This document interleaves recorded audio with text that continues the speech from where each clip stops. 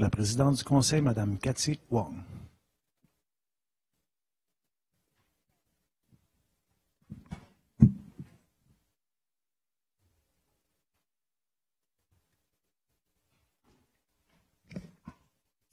Bonsoir à tous et à toutes. Je vous invite à prendre place.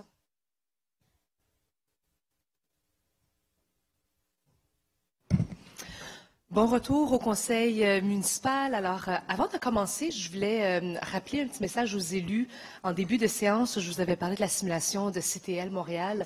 Les feuilles n'étaient pas sur vos bureaux au moment où je vous avais fait la petite annonce avec la demande d'y inscrire vos disponibilités. Elles s'y retrouvent à présent et donc je vous demanderai de pouvoir remplir les feuilles avec vos disponibilités et de les laisser au greffe avant de sortir ce soir pour entrer chez vous. Donc, merci pour votre collaboration. Et sur ce, on va démarrer tout de suite la période de questions du public. J'invite M. Lucien Pigeon à rentrer dans la salle du Conseil.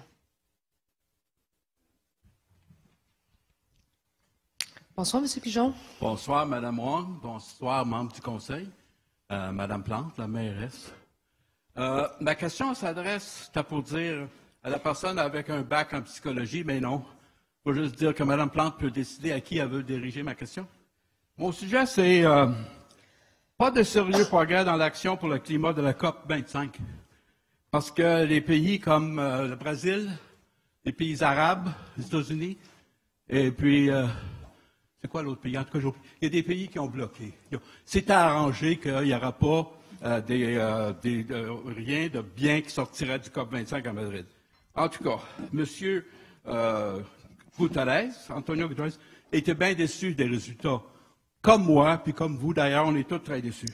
Greta Thunberg, désigné personnalité de l'année 2019 par le Time, quoi sur le mouvement environnemental, que le mouvement environnemental a besoin d'un équilibre d'optimisme et de rage. Moi, je suis plutôt du côté de rage, mais j'essaie de garder un équilibre.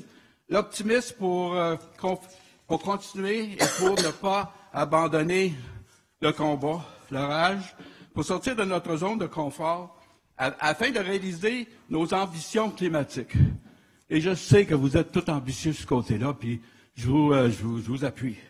Ma question, je ne peux pas dépasser mon minute et demie.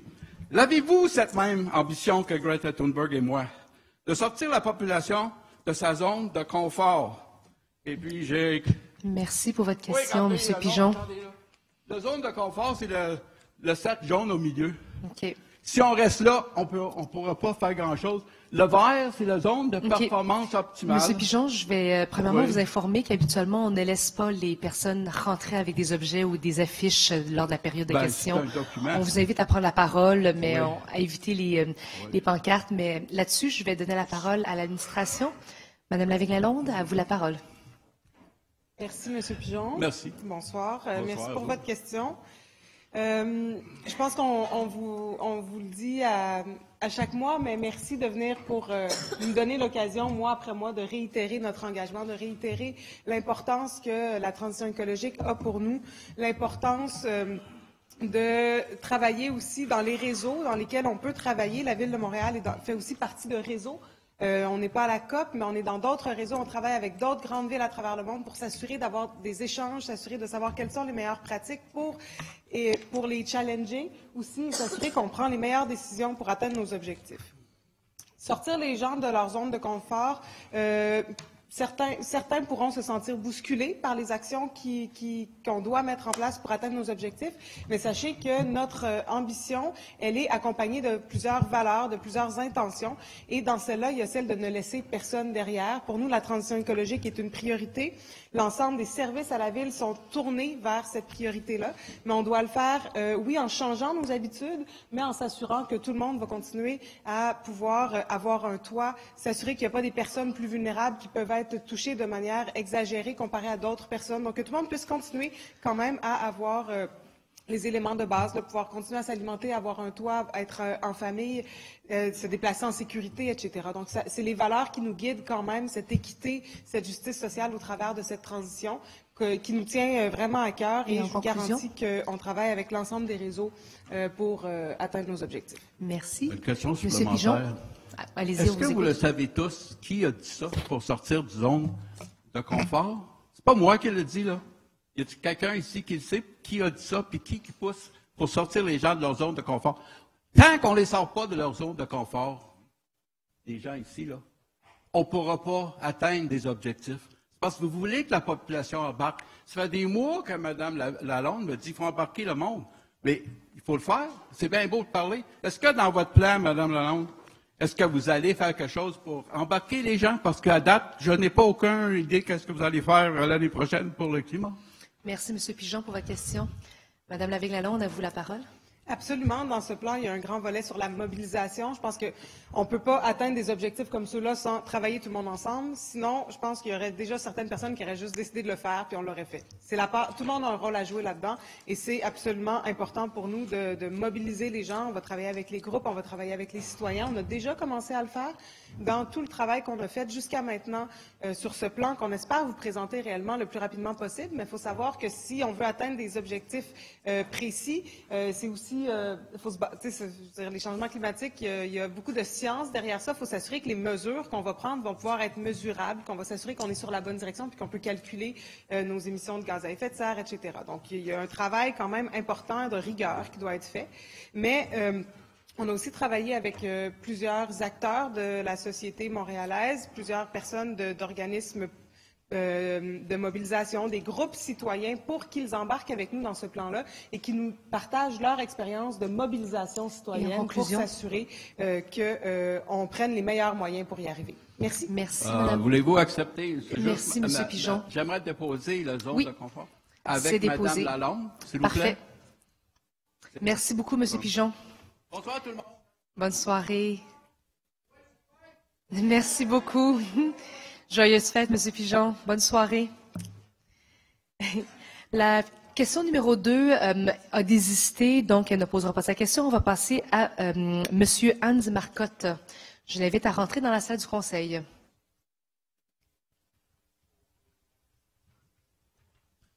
Merci. Bonsoir, M. Marcotte. Oh, excusez-moi. Merci beaucoup. C'est quoi, c'est Marotte? C'est Hans Marotte, mais il n'y a pas d'offense. Il n'y a pas de C, OK. Non. Désolé. Pas de problème, merci beaucoup. Bonjour à tous et à toutes. Je ne prendrai pas beaucoup de votre temps. Je suis conseiller principal, section locale 301, donc l'École bleue de Montréal. Je m'adresse à vous tous, Madame la mairesse en particulier, Monsieur le président du comité exécutif. Vous savez qu'on est en négociation depuis plus d'1 an. Je ne suis pas ici pour négocier. Je peux vous dire que le climat est bon à la table. Autant du côté de la ville que du syndicat, il y a des gens créatifs, ouverts d'esprit, de bonne foi, des bonnes avancées, des bonnes choses qui se passent. Évidemment, je suis un homme très, très, très impatient, donc j'ai hâte d'arriver à un résultat. Dans les dernières années, autant la ville que le syndicat ont fait du travail pour améliorer ses pratiques. Vous avez fait un travail, nous faisons de notre côté un travail, mais vous savez aussi qu'il reste un grand travail à faire. Il reste beaucoup de travail et on veut le faire en collaboration avec vous. Dans les prochains mois, nous pensons qu'il y a une opportunité historique de faire en sorte qu'on va pouvoir jeter les bases d'une nouvelle collaboration pour être en mesure d'atteindre les meilleurs services possibles, les services que les citoyens et citoyennes ont droit à la Ville de Montréal. Et ce qu'il y a de particulier dans les dernières années, c'est qu'il y a moins de méfiance, il y a plus de collaboration, il y a plus d'échanges. Et votre question? Pardon? Et votre question? Oui, la question, en fait, c'est de vous demander, parce que vous avez des citoyens et citoyennes, vous avez des cols bleus qui ont on dit souvent le CH, mais c'est la ville tatouée sur le cœur.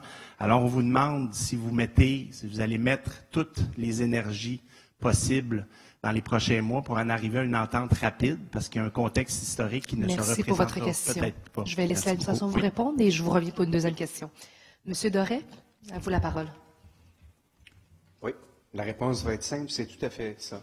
C'est ce qu'on veut, je pense qu'on peut y arriver. Nos demandes sont quand même importantes. Je pense qu'on a des demandes qui sont claires, les demandes patronales sont claires. De votre côté, c'est correct aussi. Je pense que c'est assez clair. On aura le résultat si tout le monde y met du sien et surtout si on se fixe des dates et on les respecte. Alors, je pense que c'est la volonté de part et d'autre. On va en arriver rapidement à quelque chose qui soit une bonne entente. Merci. Puis, votre deuxième question? Oui, en fait, ce ne sera pas une question, c'est simplement, parce qu'on est dans le temps des fêtes, c'est Noël puis le jour de l'an. Les cols bleus ont mis sur pied une campagne de valorisation du travail des cols bleus. Les cols bleus font bien le travail, donc c'est la campagne. Vous êtes un peu privilégié. Monsieur le président du comité exécutif, Madame la mairesse, on va vous remettre tout à l'heure, via le canal approprié, un coton ouaté. C'est pertinent ces temps-ci, c'est opportun. Je ne ferai pas référence à aucune chanson particulière. Puis la campagne, c'est les Bleus le font mieux.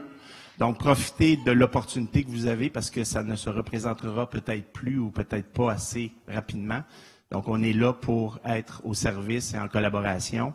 Et on souhaite en arriver très rapidement à une entente parce que des fois, tempus fugit, le temps fuit.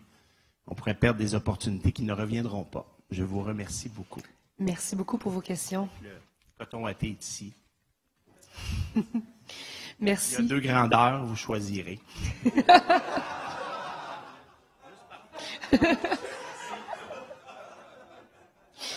Merci beaucoup. Alors, j'invite Mme Delaney à rentrer dans la salle du Conseil.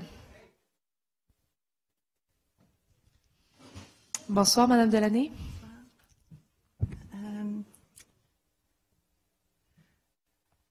Oui, bonsoir, Madame la Présidente. J'ai une question pour Madame la maire.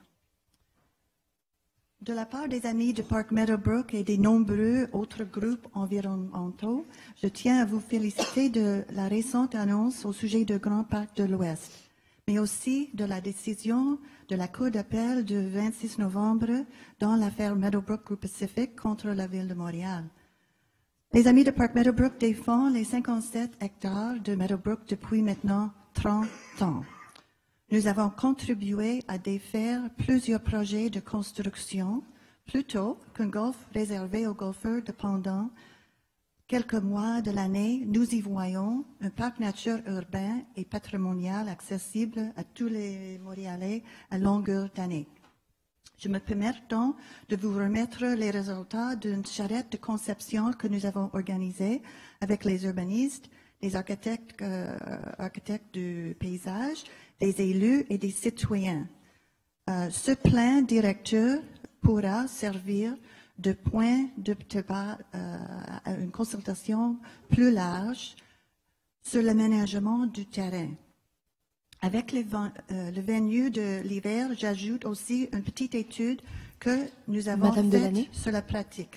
Est-ce que vous avez une question pour l'administration? Oui. On vous écoute. OK. Après tout ça, la question est aussi ici. Madame Plante, pourrions-nous vous rencontrer afin de discuter ce beau projet? Merci beaucoup pour votre question, Mme Delaney. Monsieur Ouellet, à vous la parole. Merci beaucoup. Merci beaucoup pour votre question. Et merci pour vos bons mots pour le Grand Parc de l'Ouest. Écoutez, oui, Meadowbrook, on est extrêmement content de la décision de la Cour d'appel. Il faut savoir, par contre, que le délai pour porter en appel, théoriquement, là, donc si les promoteurs voulaient porter en Cour suprême, n'est pas encore échu. Donc, on ne sait pas encore si c'est confirmé. Là. Normalement, d'ici les fêtes, ça doit être fait. Je pense que c'est 30 jours de mémoire. Donc, évidemment, là, en fait, le golf peut rester golf, ce qui était prévu au point de départ. S'il y a d'autres projets, je sais que votre groupe a fait différents projets dans le passé. Écoutez, ça va me faire plaisir. Celui de la documentation, n'hésitez pas à le donner. Et puis sinon, on pourra probablement vous rencontrer au courant de l'hiver, sans problème. Mais je tiens quand même à le rappeler, on n'est pas encore à la fin du délai d'appel. Donc, je vais me garder une petite réserve. Très bien. Merci. Okay, merci. Merci. Avez-vous une deuxième question? Juste joyeuses fêtes à tout le monde et bon travail. Merci. Excellent. Mais merci. Joyeuses fêtes à vous aussi. Oui, vous pouvez les déposer à votre gauche à l'équipe du greffe. Merci. Bonne soirée. Merci beaucoup. J'invite maintenant M.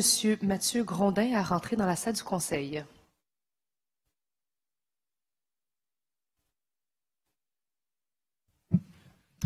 Bonsoir, M. Grondin. Bonsoir, Mme Wong. Mesdames et messieurs, membres du Conseil, bonsoir. Mon nom est Mathieu Grondin. Je fais partie d'un organisme qui s'appelle Montréal 24-24. Notre mandat est de défendre et de stimuler la vie nocturne à Montréal ainsi que son économie de nuit. La question s'adresse aux responsables des transports collectifs à l'exécutif. M. Sauvé, le 31 décembre s'en vient. Ça va être la veille du jour de l'an. Simplement, au coin de Sainte-Catherine et Saint-Laurent, on a la SAT, le Métropolis, le Club Soda. Tout ça, c'est environ 5-6 000 personnes qui, à 3 heures du matin, vont se ramasser dans la rue. Il va faire moins 20, on va être l'hiver. Il y en a qui vont avoir bu. Il y a peut-être des gens qui vont avoir perdu leur manteau au vestiaire. Et il n'y aura pas de métro. Ah oui, il va y avoir un métro, en fait. Là-dessus, ça, je voudrais vous féliciter là-dessus. Mais le reste de l'année, il n'y a pas de métro. Il n'y a pas de taxi souvent, ou on n'aura pas besoin de prendre des taxis. Et si on habite à l'extérieur du centre de Montréal, on est pris un peu à payer très cher. Donc, l'accessibilité à la nuit n'est pas égale pour tout le monde, dépendamment où tu habites sur l'île de Montréal. Je pense que c'est l'an dernier, vous nous avez expliqué que c'était impossible d'avoir un métro de nuit à Montréal. Pourtant, sporadiquement, vous l'ouvrez. Vous allez l'ouvrir cette fois-ci le 31 décembre. Vous l'ouvrez aussi, je pense, pour la Nuit Blanche. Et c'est une excellente initiative qu'on aimerait voir se répéter beaucoup plus souvent. En fait, on aimerait avoir un métro de nuit, particulièrement les week-ends. Monsieur Grondin, votre question à l'administration? Ma question est, si c'est impossible d'avoir un métro de nuit, que comptez-vous faire pour bonifier drastiquement le service de ligne d'autobus de nuit? Parce que celui-ci n'a pas été updaté depuis au moins 30 ans. C'est toujours la même chose. C'est très long, c'est très difficile. Merci, M. Grondin, pour votre question. Je vais laisser M. Sauvé vous répondre. À vous la parole, M. Sauvé. Bonjour, M. Grondin. Content de vous voir ici au Conseil de Ville. Donc, j'ai beaucoup apprécié notre rencontre tenue il y a quelques mois en parlant de la vie de nuit, comment de l'améliorer. C'est quelque chose auquel je suis sensible. J'ai passé quand même beaucoup de temps à travailler dans la restauration, puis en tant que musicien aussi, où j'ai travaillé la nuit. Je dois dire qu'effectivement, pour le métro la nuit, la complexité, c'est que vraiment, il y a beaucoup de travaux d'entretien, de maintenance qui se font dans le système du métro pendant la nuit, des centaines d'employés. Donc, c'est vraiment, il y a énormément de chantiers pour faire en sorte que notre métro fonctionne bien. Présentement, à New York, le L-Train est down pour l'année. C'est-à-dire, Williamsburg et Manhattan, il n'y a pas de connexion.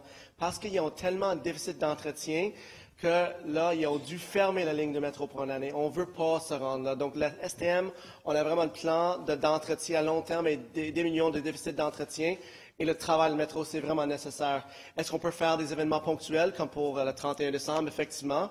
Peut-être on peut se rencontrer, parler de comme... Je me rappelle, on a parlé des pôles d'événements de nuit, des choses comme ça. Peut-être des projets qu'on peut faire, STM avec Montréal 24/24, pour essayer de trouver des manières d'offrir un meilleur transport commun. Effectivement, la ligne de nuit de réseau d'autobus a été mise à jour il y a quelques années. J'ai vu des grandes améliorations. Peut-être il y a d'autres choses qu'on peut faire. Toujours intéressé à vous rencontrer. Merci. Monsieur Grondin, votre deuxième question. Merci pour votre réponse. En fait, je pense que d'opinion générale et à l'unanimité des utilisateurs d'autobus de nuit, il n'y a pas eu beaucoup d'amélioration à ce niveau-là. À 3 heures du matin, les autobus sont complètement bondés. Ça peut prendre 45 minutes avant qu'il y en ait un. Moi, je viens de Pointe-aux-Trembles, et puis quand j'avais 18-19 ans, puis je venais en ville, il fallait que je prenne un autobus jusqu'à Frontenac. J'attends une autre demi-heure pour un autre autobus qui allait me rendre à Honoré-Beaugrand. J'arrivais chez moi à 6 heures du matin. Donc, j'avais le choix, soit que j'attendais jusqu'à 3 heures du matin, puis je rentrais à 6 heures du matin, ou soit je rentrais avec le métro à minuit et demi. J'aimerais entendre ce que l'opposition aurait à dire là-dessus. Peut-être, M. Langevin, je sais que vous avez déposé une motion là-dessus l'an dernier par rapport au métro. Peut-être que vous avez quelque chose à nous dire là-dessus. Merci. M. Langevin. Oui, merci. Bonjour, M. Grondin. Contrairement à ce que mon collègue Craig Sauvé peut mentionner, on peut parler de New York, mais on peut parler aussi de l'impact économique de Londres. D'avoir justement des métros de nuit ouverts durant la période estivale, parce que c'est vraiment pour la période estivale qu'on s'était concentré. On a été quand même conservateur dans la motion qu'on avait écrite, dans la demande qu'on avait faite.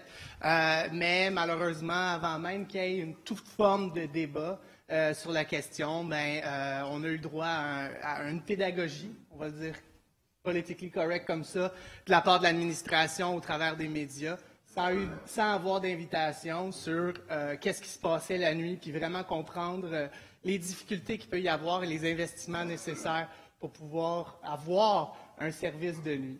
Fait que nous, on pense que c'est possible d'avoir justement peut-être une plus grande ouverture, plus de soirées, peut-être des soirées sélectionnées, mais il n'y avait pas de l'air à avoir d'ouverture pour avoir un amendement. En conclusion? C'est tout. Merci, M. Langevin. Merci, M. Grondin, pour vos questions. Merci, passez des belles fêtes, tout le monde. Bonne soirée. Vous aussi, joyeuses fêtes. Alors, j'invite maintenant M. Bellefleur à rentrer dans la salle du Conseil.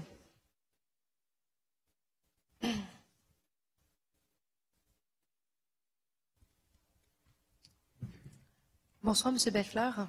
Bonsoir, mesdames et messieurs, messieurs les élus, la mairesse. Bonsoir. Moi, je suis représentant d'un organisme à Montréal. On fait plusieurs sortes d'activités. Et par contre, après tant de démarches, on a eu un permis. Parce qu'on fait du transport en même temps pour des gens qui ont un peu de difficulté, soit à marcher, soit à déplacer sous forme. Et puis on a eu un permis. Si vous me permettez, je peux vous donner une copie du permis.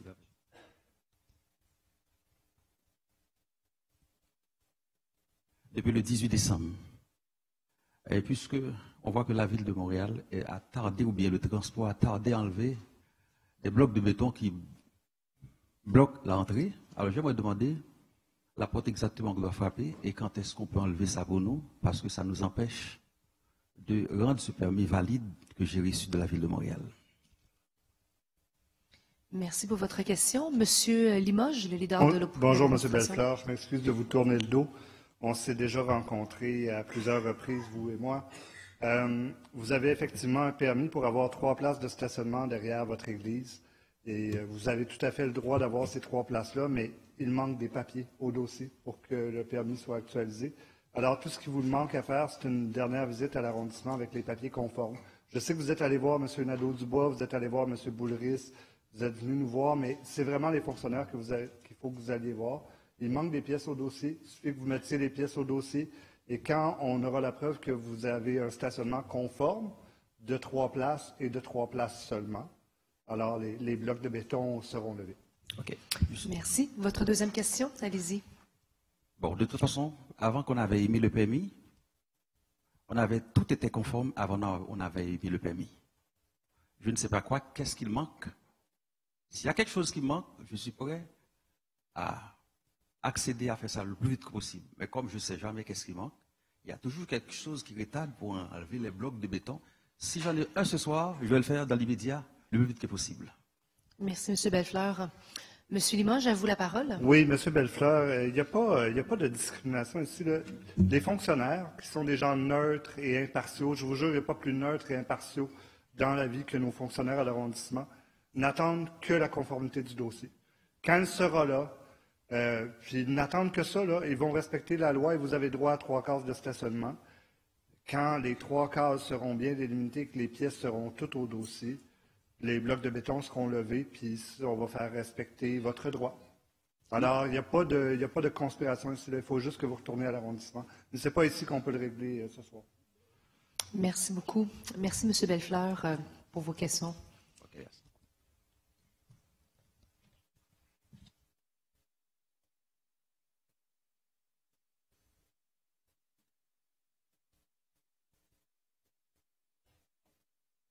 J'invite maintenant M. Montagano à rentrer dans la salle du Conseil.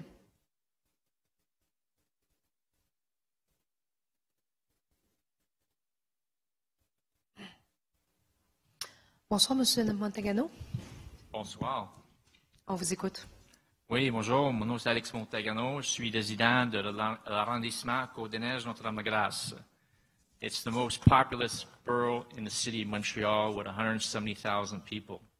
It's a very rich borough. Culturally, we have 47% of its population made of immigrants. It also features established Anglophone, Jewish, Italian, Irish, Greek, and Francophone communities with historic roots. I'm sure I'm missing somebody. As a community, we contribute an estimated $500 million to the city coffers each year. We're up there with Ville Saint Laurent. I believe our contribution is right behind Ville Marie. Sue Montgomery, during an election campaign in 2017, said that we needed a mayor who will fight for a fair share of the budget so taxpayers in CDNEG can have improved services. She stated we received the smallest chunk of the city's budget of all 19 boroughs. I am here to help Sue Montgomery fight for our fair share. The 2020 budget continues the financial discrimination. We only receive 10% of what we give. At $54 million, we continue to receive the smallest per capita budget in the city. No borough in the city gives so much and gets so little in return. And Mr. Montagano, what will be your question for the administration? In fact, it has gotten smaller when you consider the rate of inflation and our increased taxes, higher than the Montreal average. And your question? We are a community with many needs, and Mr. deserve the Montagano? same level of quality I'm sorry. services. The first question is a minute and a half, so I'm going to Considering come the back to booming- you for a second question if you want to continue. but- Considering the Okay, booming Montreal thank you, Mr. economy, Montagano. I'll let the administration answer, and I'll get back to you for your second question. Monsieur Doré, à vous la parole. Oui, alors bonsoir, Monsieur Montagano. Merci beaucoup de vous être déplacé au conseil municipal. Je peux vous garantir que votre mairesse a effectivement fait beaucoup de représentations. J'avais annoncé que je rencontrerais tous les maires d'arrondissement pour le budget de cette année et ça n'a pas fait exception avec votre mairesse. Elle avait plusieurs demandes, des demandes également ou de sous-financement suite à la réforme du financement des arrondissements. C'est pourquoi, dans le budget de 2020, vous avez effectivement des nouveaux paramètres qui ont été recalculés et ça fait en sorte que ça donne une dotation supérieure à l'arrondissement de Côte-des-Neiges Notre-Dame-de-Grâce. En tout respect sur la question du per capita, il faut comprendre que ça peut être une donnée de comparaison, mais en même temps, la donnée objective que ce conseil s'est donnée, ce sont les paramètres de financement de chacun des arrondissements où on envoie l'argent pour la dépense que fait. Donc, on y va par activité, on calcule des paramètres et c'est sur la base de ces paramètres qu'on considère à ce moment-là que l'équité est trouvée. Bien sûr, la réforme n'était pas parfaite. J'en ai dénoncé plusieurs aspects quand j'étais dans l'opposition et au pouvoir, j'en ai revu certains aspects, notamment ceux que je viens de vous mentionner qui faisaient consensus. Alors, je pense que la dotation de Côte-des-Neiges Notre-Dame-de-Grâce est équitable comparativement aux autres, donc elle est faite en toute équité. Et pour les besoins particuliers ou des besoins en investissement, je peux vous garantir que votre mairesse fait beaucoup de représentations, et pas seulement elle, les autres conseillers également. Merci, Monsieur Doré. Monsieur Montagano, votre deuxième question? Oui. I have done an analysis vis-à-vis the budget, Mr. Doré, and that's not true. I've done correlation analysis between population, size of boroughs, and I see a variation that's unexplainable. For example, your budget for the borough of Sud-Ouest, you have half the population of Côte-des-Neiges and Nigie, yet you receive 75% what we do. Doesn't make any sense. Ville-Saint-Laurent, right, they get a budget of $598 per resident. We receive an allocation of $324. So that's a $274 difference. So that represents, from Ville-Saint-Laurent's population, a $27 million difference. If you calculate that based on CDN's population, NEG CDN's population, that represents $42 million that we're short. Okay? So my second question is, why does Ville-Saint-Laurent and other ex-boroughs, right, continue to receive a preferential treatment in the current budget formula? Because when we had the fusions, right? Thank you, Mr. Montagano. Yes, sir. Monsieur Doré, à vous la parole. Il n'y a pas de traitement différentiel, quel que soit l'arrondissement, M. Montagano. Que ce soit une ancienne banlieue ou une ancienne ville de Montréal, la réforme du financement des arrondissements fait en sorte que ce sont des paramètres par activité. Alors, ça a toujours été ça. Là où le débat ici en conseil municipal, c'était est-ce qu'on calcule bien? Est-ce que le paramètre, est-ce que les indicateurs? Ça a fait grand débat ici. Mais lorsque vous regardez un arrondissement comme le mien, que je connais très bien, ça fait 10 ans que je suis maire, bien, la dotation qui m'est donnée, c'est pour les activités qui sont en lien. En ayant 3 patinoires, 5 piscines, 4 bibliothèques, 5 centres communautaires, nécessairement, on doit être doté pour de telles activités. Alors, et c'est certainement pas moi qui ai investi autant d'argent pour doter des quartiers qui étaient fort pauvres dans les années 50, 60, 70 jusqu'à 80. Alors, on hérite d'une situation votée précédemment. La population dans le Sud-Ouest était fort défavorisée et les administrations qui se sont succédées ont investi. On doit recevoir le budget en conséquence. Merci, Alors, M. Doré. c'est le cas pour l'ensemble des arrondissements. Merci. Merci, Madame Présidente. M. Montagano. Bonne soirée. J'invite maintenant Mme Lara Kalouza à rentrer dans la salle du Conseil. Bonsoir, Mme Kalouza. Bonsoir. My name is Lara Kalouza. I'm co-owner of a vintage clothing boutique in the Myland called Citizen Vintage. We do mostly sustainable clothing. This week there's been a lot of noise in the media about some record stores getting some fines for being open after 5 p.m. on a weekend. But it's not just record stores. We also received the same fine in July for $2,500 for being open at 5:40 p.m. on a Saturday. I believe that these kind of laws were implemented to allow employees to enjoy family time on the weekends, but we're the type of business that mostly employs students who are really wanting hours on weekends because they have school during the week. So my question for you is, will you allow independent businesses to stay open after 5 p.m. on the weekend? Thank you for your question. Monsieur Baudry, à vous la parole. Thank you for your question, Mrs. Kaluza. I'm the responsible for economic development, so I'm going to take the question. That's a huge issue because we don't want to spread the impact of the hours gap, the opening hours, extending operating hours gap on small businesses. So after that, we've been aware of the situation that there's been businesses who get fined because they were open more than the hours there's allowed. It's the government of Quebec who gave the fine, actually.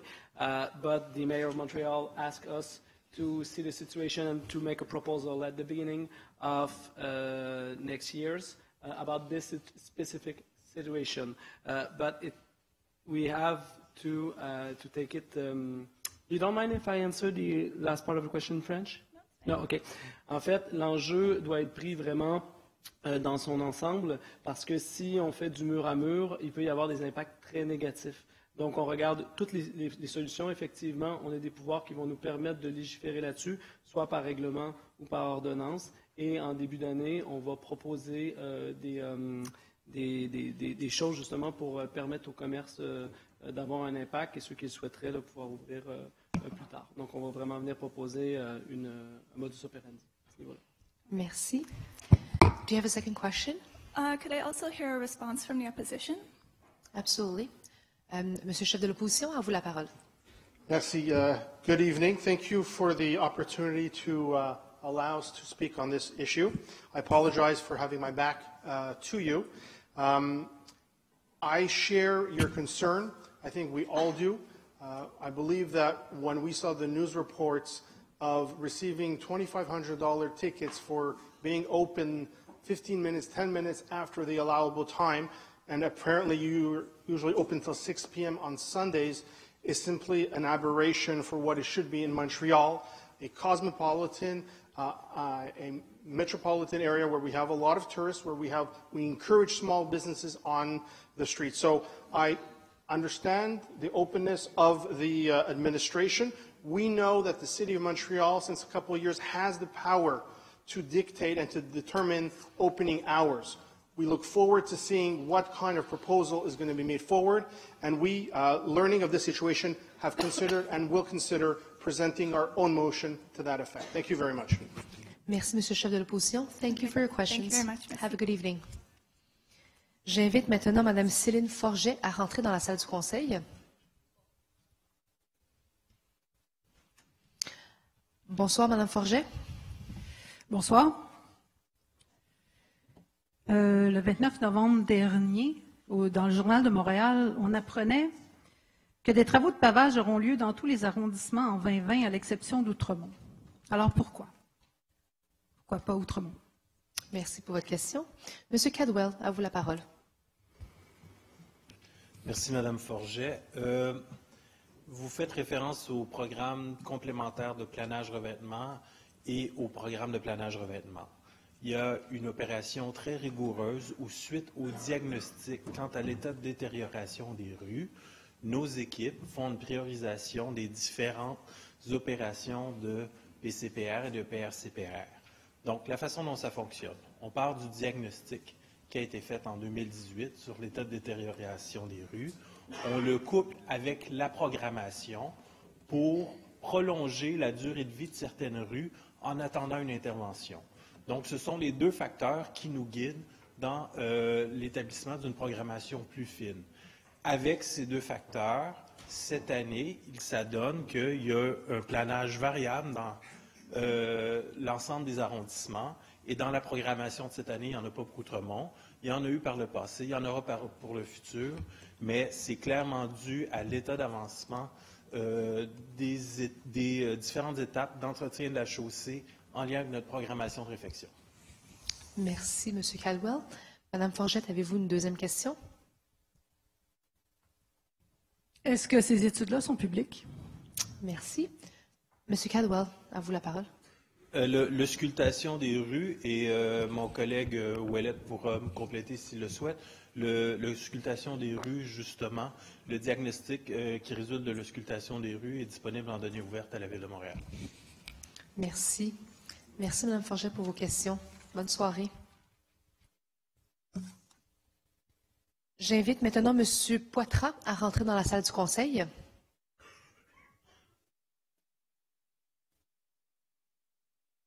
Bonsoir, M. Poitras. Bonsoir, Mme Wong. On vous écoute. Bonsoir, Mme la mairesse, Mesdames, Messieurs les élus. Alors, mon nom, Hugues Poitras, demeure sur la rue Cadillac, coin Rosemont, dans l'arrondissement Mercier-Hochelaga-Maisonneuve. Et dernier conseil d'arrondissement le 2 décembre dernier, j'ai rencontré le maire Blais, ainsi que j'ai parlé à M. Morissette au sujet des pentes de garage parce qu'on a eu un petit refoulement d'eau. Dans mon cas, c'était simplement de l'eau qui venait de l'entrée du garage, c'est-à-dire de mon puiseur central et puis de la toiture qui est un toit plat. Alors, j'ai offert de passer une caméra à mes frais. Et en même temps, étant donné que j'ai fait refaire toute la plomberie il y a maintenant 2 ans pour la mettre en conformité avec aujourd'hui, que ce soit approuvé par la ville, la compagnie que je prendrais pour justement évaluer ces travaux-là pour que ce soit en conformité avec les compagnies que la ville utilise, là, question d'approuver le rapport. Ça, c'est d'un. Et puis, l'autre chose, c'est que je ne comprends pas, parce que la question s'adresse un petit peu à M. Ouellet, à savoir qu'on me parlait que peut-être nos entrées de garage, on devrait peut-être les condamner, compte tenu le refoulement d'eau dans les puiseurs de garage. Alors, votre question? Ma question est la suivante. Pourquoi, en ce moment, je m'aperçois qu'il y a des condos récemment construits où les garages sont situés avec des pentes et dans les sous-sols? Merci pour votre question. Je vais laisser M. Ouellet vous répondre. À vous la parole. Oui, merci. Merci pour votre question. Écoutez, évidemment, se faire inonder ou un refoulement d'égout, évidemment, c'est tout le temps problématique. Je veux dire, c'est beaucoup d'investissements des fois qui passent, c'est beaucoup de temps aussi, beaucoup de stress qui peut arriver. Donc, on comprend très bien votre situation, puis celle aussi de certains de vos voisins. Au niveau des pentes de garage, il faut savoir qu'évidemment, s'il y a des pentes de garage qui vont vers le bas, donc vers le sous-sol, évidemment, c'est un risque. Mais le risque est évidemment extrêmement différent si la maison est située en haut d'une pente ou si elle est située dans une cuvette. D'autres juridictions, notamment la ville de Toronto, ont inversé le fardeau de la preuve. C'est-à-dire que maintenant, pour toute nouvelle construction, ils interdisent par défaut les pentes de garage vers le sous-sol, à moins de prouver que soit qu'ils ne sont pas dans un secteur à risque ou encore qu'ils ont certaines mesures d'immunisation. Il y a des portes de garage étanches maintenant qui existent. C'est le genre de réglementation qu'on est en train de regarder, mais on est encore au tout début. Ceci étant dit, ça ne changera pas pour tous ceux, évidemment, qui ont construit ça au fil des ans. Souvent, il y a des quartiers entiers qui ont été construits déjà 10, 20, 30, 40, 50 ans, comme ça. Et même si à l'époque ça fonctionnait, on sait que les pluies sont de plus en plus intenses. Donc, on arrive à une situation où quelle est la meilleure solution pour éviter non seulement de façon temporaire des refoulements, mais vraiment de façon permanente? Oui, malheureusement, des fois, dans des cas critiques, condamner l'entrée de garage est souvent la seule unique solution qui évite, qui garantit les inondations. Merci, M. Ouellet. Pour terminer, ma maison a été construite en 1965, selon les normes de la ville, parce que quand même les plans de construction ont été approuvés par la ville, et de un. Et puis, je comprends qu'aujourd'hui, ces normes de plomberie ont changé. Par contre, c'est un peu la raison pourquoi il y a 2 ans, moi, j'ai fait tout refaire ma plomberie pour la mettre vraiment aux normes pour être correct dans l'opération. Alors, c'est un petit peu ça que je voulais dire, mais je garde le dossier parce que suite à la conversation que j'ai eue avec M. Morissette dans l'arrondissement et M. Blais, éventuellement, quand l'inspection va être faite à Saint-Léonard, on va nous envoyer les inspecteurs pour vérifier les techniciens pour vérifier notre plomberie. Puis moi, je suis prêt à fournir tous les papiers que j'ai faits comme travaux. Alors, sur ce, je sais que vous partez tous en vacances pour la plupart vendredi. Alors, je souhaite... oui, mais Madame la mairesse, on va penser à vous, on va vous envoyer des prières. Alors, je vous souhaite quand même des bonnes vacances à tout le monde, puis au plaisir de se voir en 2020. Merci, M. Poitras. M. Ouellet, à vous la parole. Oui, bien, merci pour vos bons vœux. Écoutez, peut-être juste pour compléter, je sais que l'arrondissement a déjà vérifié au niveau des puisards, il ne semblait pas que c'est problématique. Oui, nos spécialistes services de l'eau vont regarder la plomberie, mais j'ose croire que ça a été fait il y a 2 ans, c'est probablement fait. Une des étapes qui reste à suivre et qui va devoir être faite aussi, c'est de voir vraiment au niveau de la géométrie de la rue elle-même. Parce qu'évidemment, s'il y a une cuvette locale, parce que ça semble assez localisé, contrairement par exemple à Saint-Léonard, où c'était comme vraiment tout un secteur. Là, c'est vraiment comme assez localisé. C'est pas la rue d'en arrière, c'est pas l'autre rue, c'est juste là. Donc, est-ce qu'il y a quelque chose dans le profil de la rue? Est-ce qu'il y a peut-être une modification ponctuelle qui pourrait être faite au niveau du trottoir? Peut-être que oui. Est-ce que cette modification-là pourrait être faite sans avoir à condamner l'entrée de garage? Parce que si, mettons, on remonte le trottoir, ben peut-être la pente est plus correcte pour l'entrée de garage. Donc, c'est des genres de choses-là, mais je sais que mes services vont travailler là-dessus. Je pense qu'ils ne sont pas encore rendus à cette étape-là, mais ça va être la prochaine étape. Parfait. Bien, je vous remercie beaucoup, puis encore une fois, bonnes vacances à tout le monde. Merci, M. Poitras. Plaisir de se voir. Joyeuse fête. J'invite maintenant Mme Sagouma à rentrer dans la salle du Conseil. Bonsoir, Mme Sagouma. Bonsoir à tous. J'ai une lettre à lire. C'est les employés du marché Bon Secours. Considérant que nous sommes tous des employés col bleu qui travaillons au marché Bon Secours, considérant que cet immeuble de renom appartient à la Ville de Montréal, considérant que nous sommes des employés dévoués, compétents, expérimentés et appréciés des commerçants du marché, considérant que nous avons à cœur notre travail, considérant que nous perdons notre travail le 1er janvier 2020, dû à un licenciement collectif mis en application par la SHDM, considérant que la Ville de Montréal reprend la gestion du marché Bon Secours, nous vous signifions par cette lettre notre souhait de demeurer des employés col bleu au sein de la Société d'habitation de développement de Montréal ou de la Ville de Montréal. Nous vous prions de faire tout en votre pouvoir afin que nous puissions conserver nos emplois et afin que nos conditions de travail soient protégées. Merci beaucoup.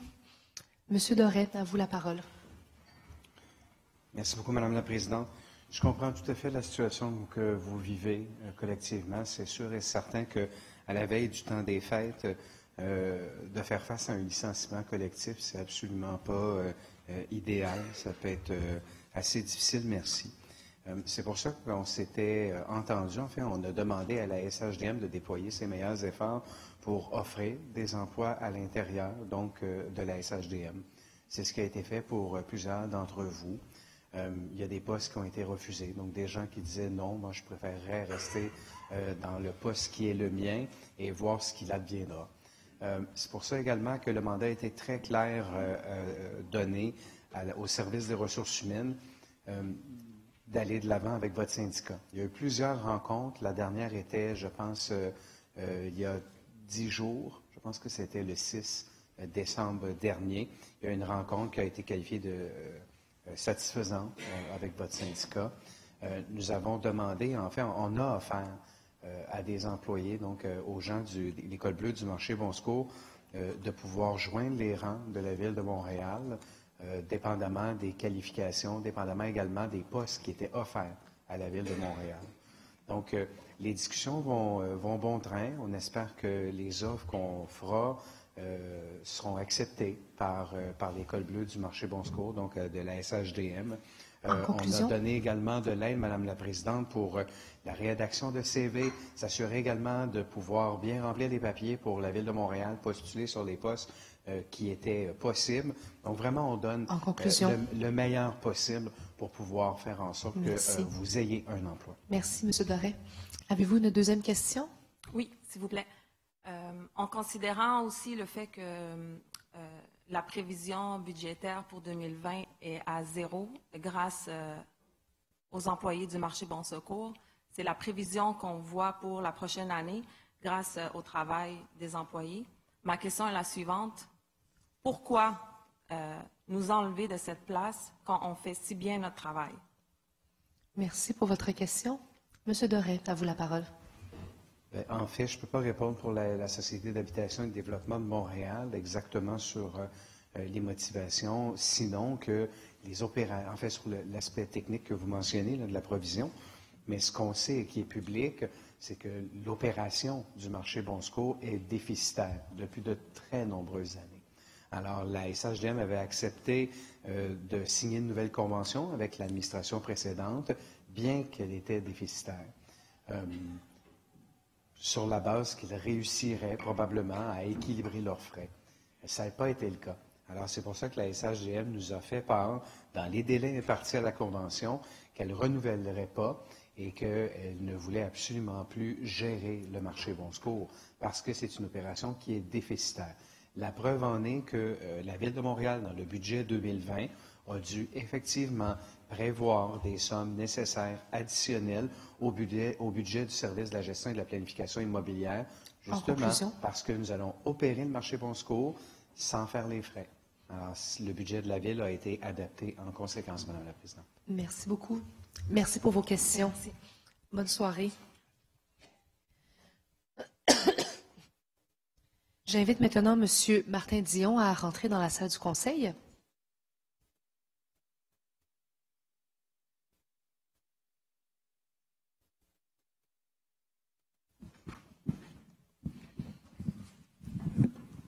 Bonsoir, M. Dion. Bonsoir, Madame la Présidente, Mesdames et Messieurs les élus.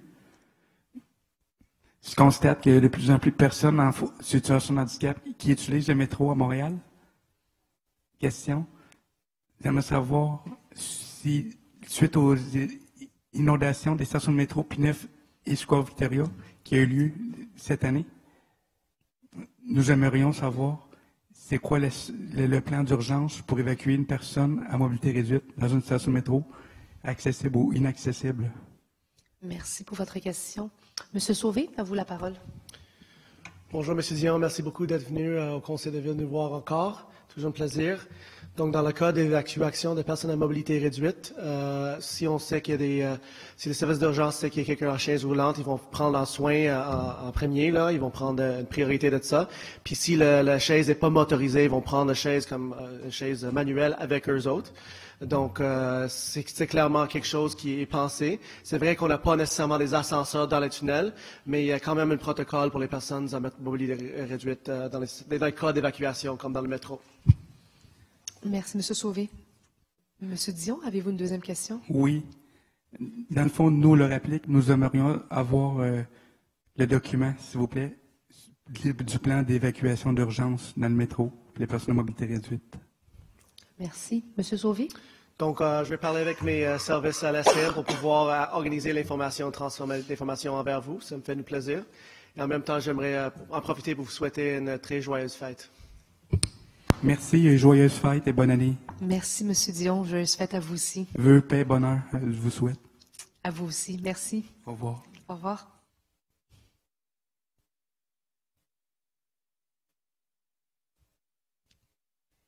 J'invite maintenant Mme Legault à rentrer dans la salle du Conseil. Ah. Merci. Alors, Monsieur Martin.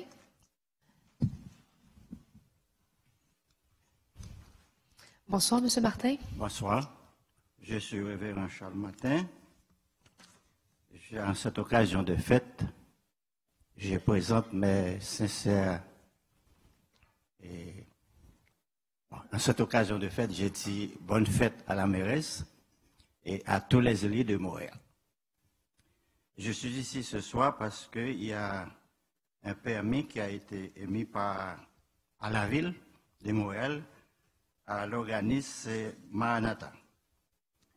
Et on lui avait demandé de instaurer plutôt un parking dans la cour de l'organisme. Mais il semble qu'il y a une sorte de litige, on ne sait pas pourquoi. Alors j'aimerais que, si vous me permettez, solliciter l'intervention de la mairesse pour que ce problème puisse régler le plus tôt possible. Merci pour votre question. La parole à M. Croteau. Bonsoir, monsieur. Merci d'être venu au Conseil de ville. Alors, c'est une situation qui est, somme toute, plutôt simple. En fait, comme vous savez, il y avait une situation de non-conformité de l'aménagement adjacent à votre église. Vous savez, il y a quelques années, à côté de votre église, il y avait un beau jardin, un terrain vert qui, malheureusement, a été complètement démoli pour aménager un stationnement non conforme à la réglementation d'urbanisme de l'arrondissement, qui laissait place donc à un stationnement illégal de plus d'une dizaine d'espaces. Et donc, il y a plusieurs années, nous avons communiqué avec le pasteur afin de rendre conforme l'installation et qu'il respecte le zonage de l'arrondissement qui prescrivait un maximum de 3 espaces de stationnement. Alors, on a entrepris une démarche et M. Limoges, le conseiller, a travaillé de bonne foi. Nous avons eu beaucoup de pression de la part des citoyens de faire respecter notre réglementation d'urbanisme, mais nous avons préféré travailler avec l'Église de façon ouverte et en respectant votre volonté. Nous avons donc émis une demande de conformité à l'Église afin qu'elle respecte la réglementation d'urbanisme. Et après 1 an et demi, il n'y avait pas donc de démarche de bonne volonté. C'est pourquoi nous avons donc été obligés de mettre les blocs de béton afin d'empêcher un stationnement illégal. En conclusion? Donc, nous avons enfin reçu positivement une demande de conformité afin de mettre 3 espaces de stationnement. Or, il manque quelques éléments au dossier afin de nous assurer que le stationnement soit conforme à la réglementation. Et nous souhaitons de tout cœur que vous puissiez le faire le plus rapidement possible pour que la situation se règle pour le bien de toute la communauté. Merci, M. Croteau.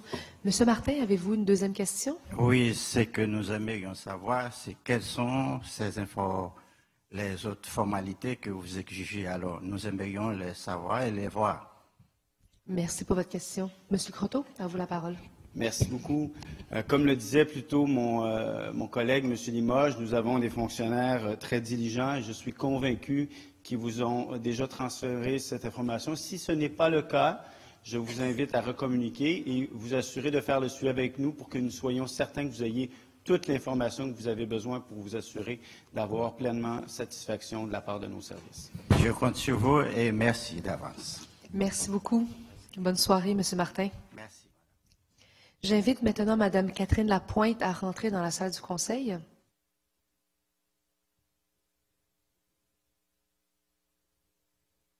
Bonsoir, Mme Lapointe. Bonsoir à tous. Alors, je m'excuse, je suis un petit peu stressée. C'est une première dans ma vie. Bienvenue au Conseil municipal. Merci. Alors, je représente le club de natation artistique Montréal Synchro. De ce club sont issus, par exemple, Jacqueline Simoneau, les jumelles Villagos et nul autre que Sylvie Fréchette. Donc, nous avons un club qui forme des athlètes olympiques. Comme vous le savez également, les performances de nos athlètes font rayonner Montréal aux 4 coins du pays et partout dans le monde. Voilà ma question.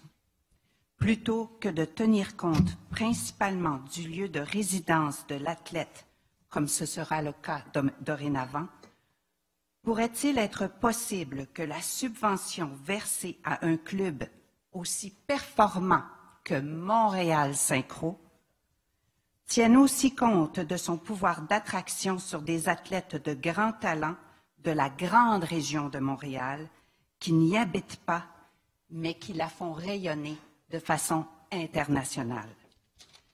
Notre nouvelle entente nous privera de 23 % de notre subvention, mettant en péril la qualité et l'excellence de notre programme d'entraînement qui inclut l'élite d'aujourd'hui et de demain?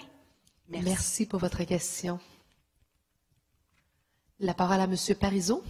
Merci, Mme Lapointe. Vous avez très bien fait ça pour une première fois. Écoutez, ça me fait bien plaisir de vous répondre. On a, vous savez, le vérificateur général en 2015 a fait un rapport qui demandait à ce que les critères soient des critères objectifs et d'équité particulièrement. Donc, votre dossier a été analysé avec tous les autres cas de la DGIS, de la Direction de la gestion des installations sportives. Donc, ils vous ont rencontré à plusieurs reprises. Ils ont eu des discussions avec vous.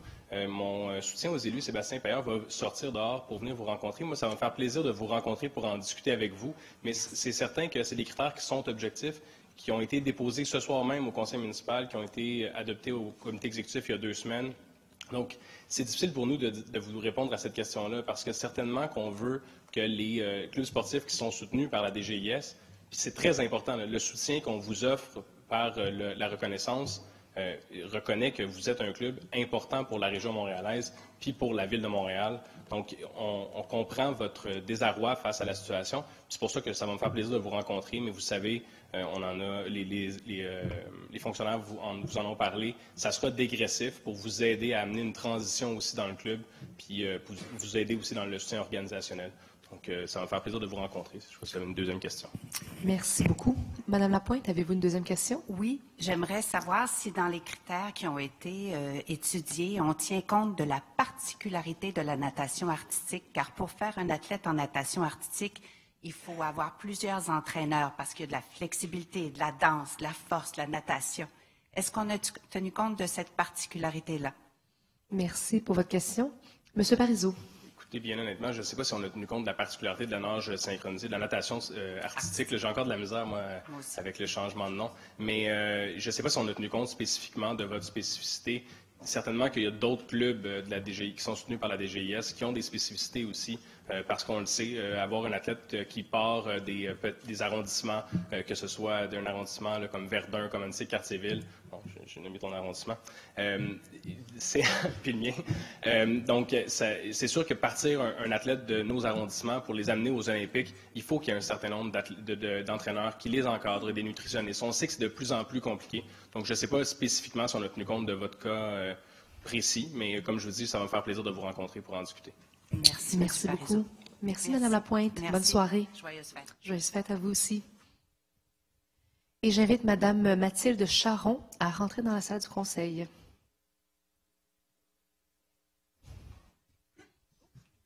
Bonsoir, Madame Charon. Bonsoir.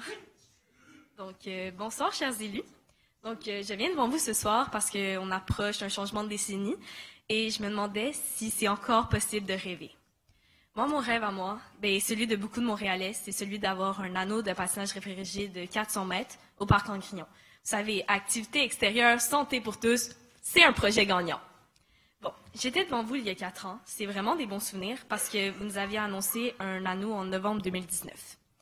Puis, quand M. Coder y était, il nous a fait exactement la même annonce, mais pour 2016. Madame la mairesse, vous savez qu'un comité citoyen met corps et âme dans ce projet depuis plus de 7 ans maintenant, et nous avons très, très hâte d'avoir le vrai go. Non pas une promesse, mais une action.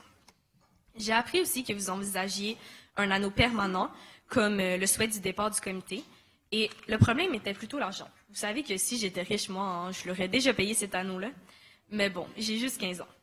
Donc, au moins, je vais vous apprendre une bonne nouvelle, parce qu'on va commencer une levée de fonds sur les réseaux sociaux. Et puisque c'est le temps des fêtes, n'hésitez pas à contribuer généreusement. On croit vraiment en ce fantastique projet. Et ma question est pour Mme Plante. Donc, est-ce qu'on pourrait avoir les vraies dates pour le vrai go? Merci beaucoup pour votre question. Monsieur Parizeau, à vous la parole. Il me semble que j'ai entendu cette question-là de M. Deschamps lors de la commission des finances et de l'administration. Merci beaucoup d'être venu encore ce soir. Vous le savez, je vous l'ai dit à la commission, je suis très triste qu'on n'ait pas pu livrer un anneau temporaire. Puis j'en ai discuté avec les gens du comité citoyen. Vous étiez là, avec votre maire, je pense. Et vous aviez dit au départ que vous vouliez un anneau permanent. L'administration précédente avait décidé de ne pas aller vers un anneau permanent. C'est sûr que pour vous, ça ne change rien. Que vous vouliez les fonds, vous vouliez votre anneau de glace, mais la décision qui a été prise par l'administration précédente, moi je suis prêt à le dire, c'était la mauvaise décision. Parce qu'un anneau permanent qui répondra aux critères qui seront établis par les études qui seront faites dans la prochaine année. Puis vous êtes partie prenante de ces études-là puis des discussions. Le jeudi, vous avez une rencontre avec les services puis avec M. Denis pour en discuter. Donc, l'anneau permanent, c'est la bonne solution. On aurait voulu, on a même continué à avancer du côté de l'anneau temporaire, vous le savez. Il y a eu un appel d'offres qui a été lancé. Ça a été trop cher. Donc, je suis très triste qu'on n'ait pas pu vous livrer un anneau temporaire, mais je suis convaincu, puis je ne peux pas vous avancer une date parce que c'est exactement ce que j'ai répondu à Richard Deschamps. Une date, pour m'avancer aujourd'hui pour une date, c'est vous faire une promesse que je ne sais pas si je vais pouvoir tenir. Mais quand il y aura des études, puis on aura les fonds au PTI, bien, on va pouvoir vous donner une date. Merci. Merci, M. Parizeau. Madame Charon, avez-vous une deuxième question? Oui. Donc, dans le fond, on m'a appris d'être persévérante depuis que je suis très, très petite.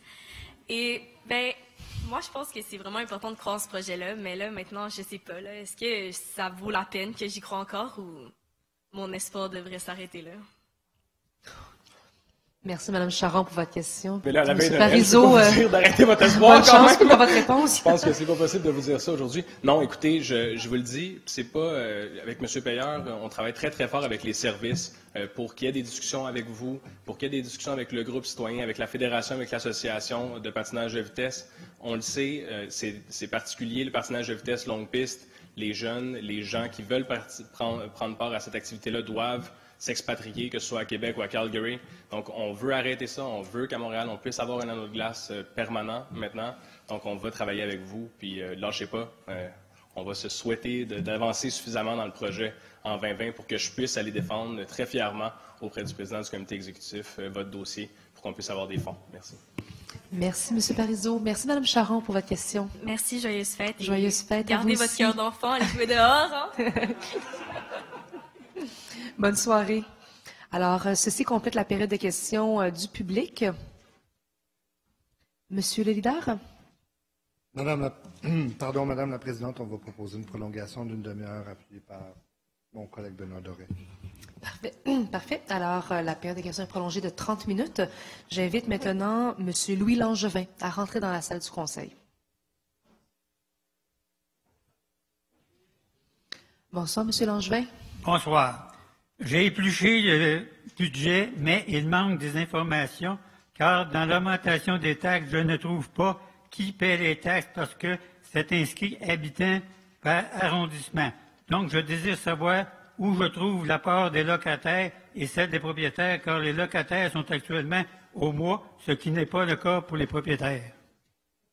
Merci pour votre question. Monsieur Doré, à vous la parole. Oui, je ne suis pas certain d'avoir bien entendu, mais de ce que je comprends, c'est où est-ce qu'on trouve la part des locataires par rapport aux taxes sur la...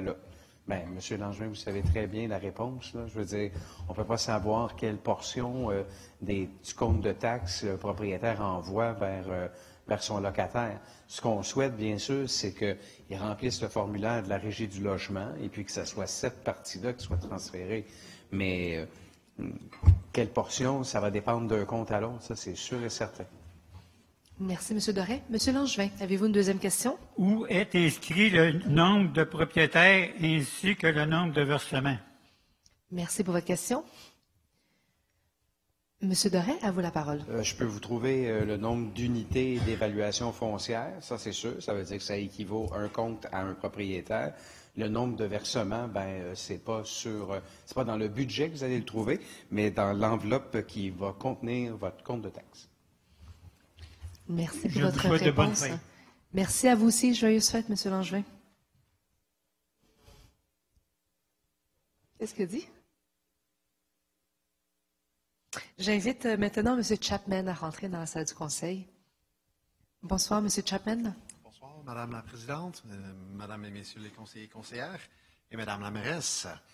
COP25 vient juste de terminer à Madrid avec plus de 20 000 participants. Un échec total, selon la plupart des intervenants, à part les pétrolières. Le bas a blessé dans l'enjeu des marchés du carbone. Et la ville de Montréal, ainsi que d'autres villes, a un rôle à jouer pour démontrer que les marchés du carbone fonctionnent. pour démontrer que le principe de pollueur-payeur, c'est logique. Les gens, les utilisateurs le comprennent. Si je pollue, je paye. Donc, la Ville de Montréal a un devoir d'être exemplaire dans cet enjeu-là, démontrant à l'international, autant que localement, puis à l'échelle du Québec, que les citoyens peuvent comprendre ça. Les citoyens de Beaconsfield le comprennent dans leur gestion de déchets. Les citoyens de Victoria, en Colombie-Britannique, le comprennent avec un shadow price sur le carbone qui est pris en compte quand ils prennent des décisions d'investissement à la ville de Victoria. Et partout au Canada, où opère Uber, les citoyens comprennent que quand il y a de la congestion, quand il y a de la demande sur le réseau routier, ça coûte plus cher. Ça s'appelle surge pricing. Donc, les gens le comprennent. Il faut le mettre en œuvre. Est-ce que vous allez rencontrer les représentants de Canadian Ecofiscal Commission qui œuvrent ici même à Montréal, Madame la mairesse et ou Laurence Lavigne-Lalonde, pour explorer l'implantation de ce genre de solution à l'intérieur du plan climat qui est en cours de rédaction? Merci pour votre question. Madame Lavigne-Lalonde, à vous la parole. Bonjour, merci pour votre question. Je pense qu'on est plusieurs qui avaient de plus grandes attentes par rapport à cette COP. Je pense que ça démontre encore une fois l'importance du rôle que les villes ont à jouer. Et donc, on constate que c'est encore réellement les villes qui sont à l'avant-plan puis qui prennent de plus en plus de place dans cette lutte au changement climatique. La Ville de Montréal en est une, bien évidemment. On s'est fixé des grands objectifs et on a l'intention de tout mettre en œuvre pour les atteindre. La question de l'écofiscalité, ce n'est pas une question qu'on peut mettre en place du jour au lendemain. Ça prend une réflexion, il faut s'assurer de bien le faire. Je pense que je l'ai mentionné à quelques reprises. Notre objectif est évidemment de laisser personne derrière dans cette transition-là. Donc, je pense que chacune des mesures doit être doit être analysée avec beaucoup de rigueur pour s'assurer qu'on atteint nos objectifs et qu'on laisse personne derrière. Ce que je peux vous dire, c'est que les gens de la commission dont vous parlez, on les connaît bien. Mon collègue Sylvain Ouellette les a déjà rencontrés par le passé. Donc, on connaît leur travail, on les connaît bien. J'ai lu plusieurs de leurs rapports, en effet. Dans le cadre du plan actuellement qu'on veut déposer le plus rapidement possible, on n'aura pas eu l'occasion de rencontrer, de tout mettre, chacune des mesures en lien avec l'écofiscalité parce qu'on veut justement s'assurer de bien le faire, de bien les mesurer. Mais ce que je peux vous dire, c'est que ce plan-là, il va nous donner la ligne directrice pour se rendre à notre objectif. Ce ne sera pas un plan qui va dire on souhaite atteindre l'objectif de moins 55 % sans y fixer un mécanisme pour s'y rendre. Donc, que ce soit par des mesures d'écofiscalité ou que ce soit par d'autres mesures, notre plan, il va nous donner la ligne directe pour se rendre à notre objectif avec toutes les actions qui sont nécessaires pour le faire. Merci beaucoup. Monsieur Chapman, avez-vous une deuxième question? Certainement.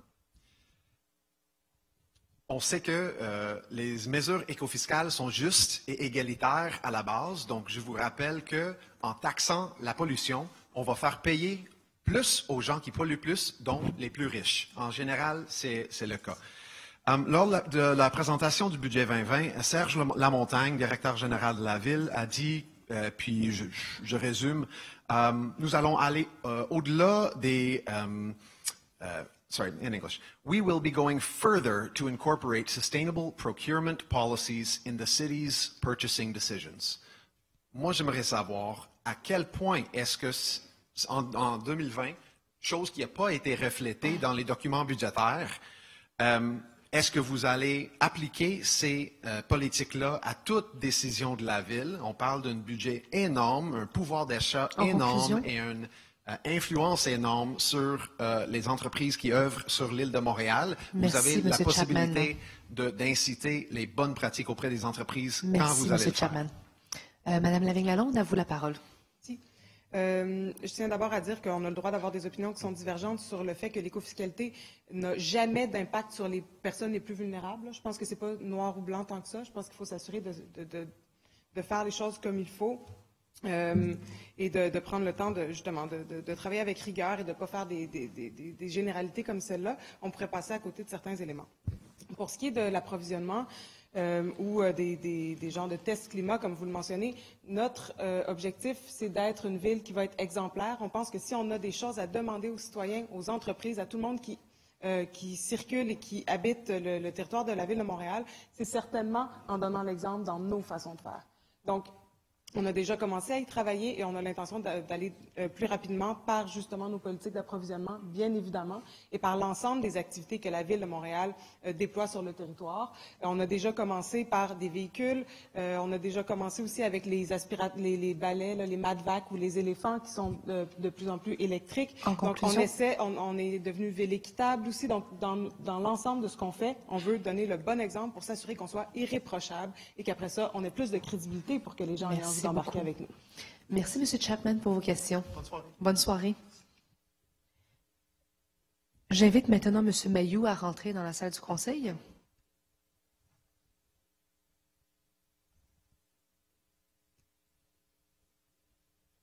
Bonsoir, M. Mayou.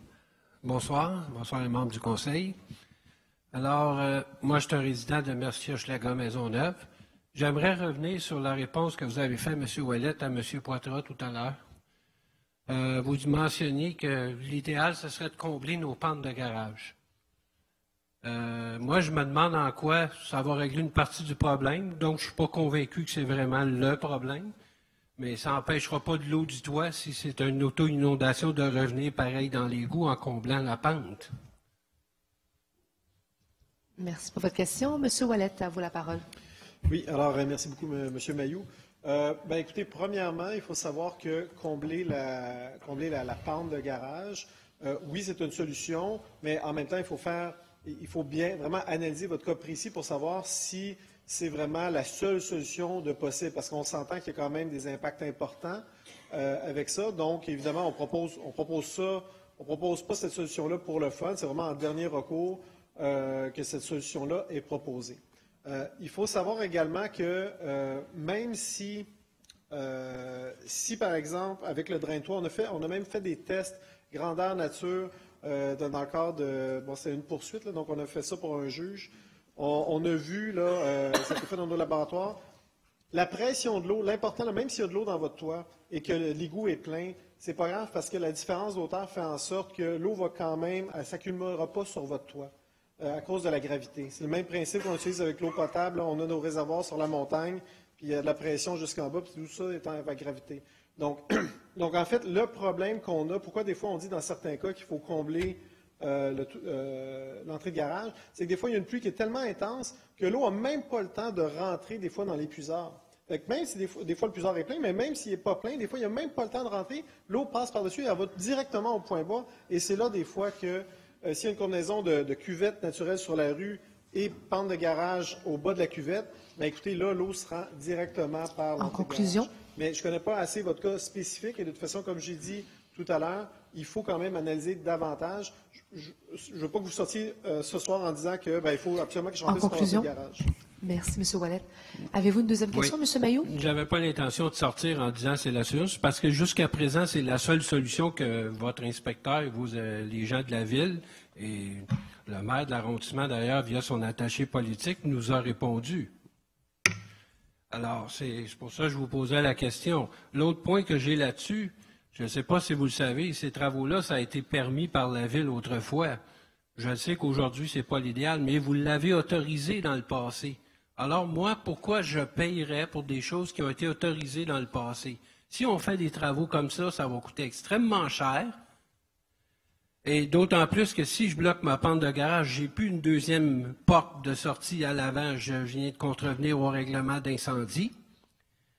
Et je vais perdre de la valeur sur ma maison. Alors, est-ce que vous allez baisser mes taxes en fonction de la perte de valeur que je vais avoir? Est-ce que vous allez m'aider à assumer ces travaux-là énormes? Merci pour votre question. Monsieur Ouellet, à vous la parole. Oui, bien écoutez, c'est tout plein de bonnes questions qu'on se pose, nous également. Et même si mettons qu'on ne voudrait pas s'y poser, on n'aurait pas le choix parce que les pluies intenses vont être de plus en plus intenses et tout dépendamment où il y a des cellules orageuses, des fois c'est très concentré.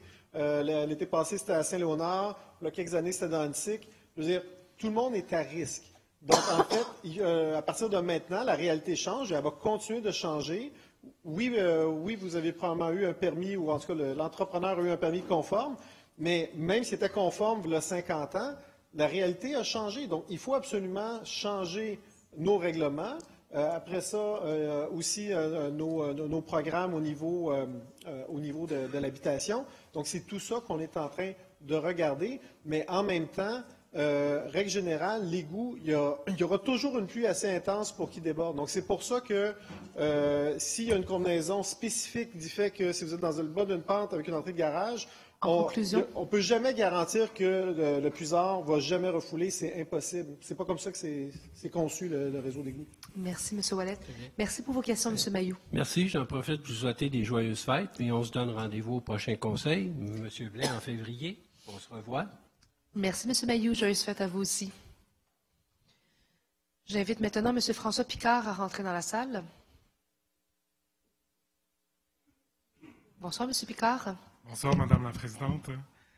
J'aimerais adresser une question à M.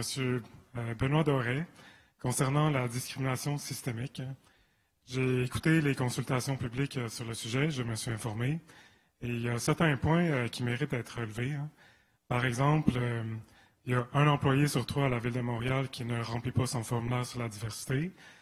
Il y a 1000 candidatures par poste, mais surtout la Ville cherche à ce que ses effectifs représentent la diversité de l'agglomération de la Ville de Montréal, mais sans pour autant interdire aux banlieusards de postuler sur des postes à Montréal. Il y a également un autre point qui concerne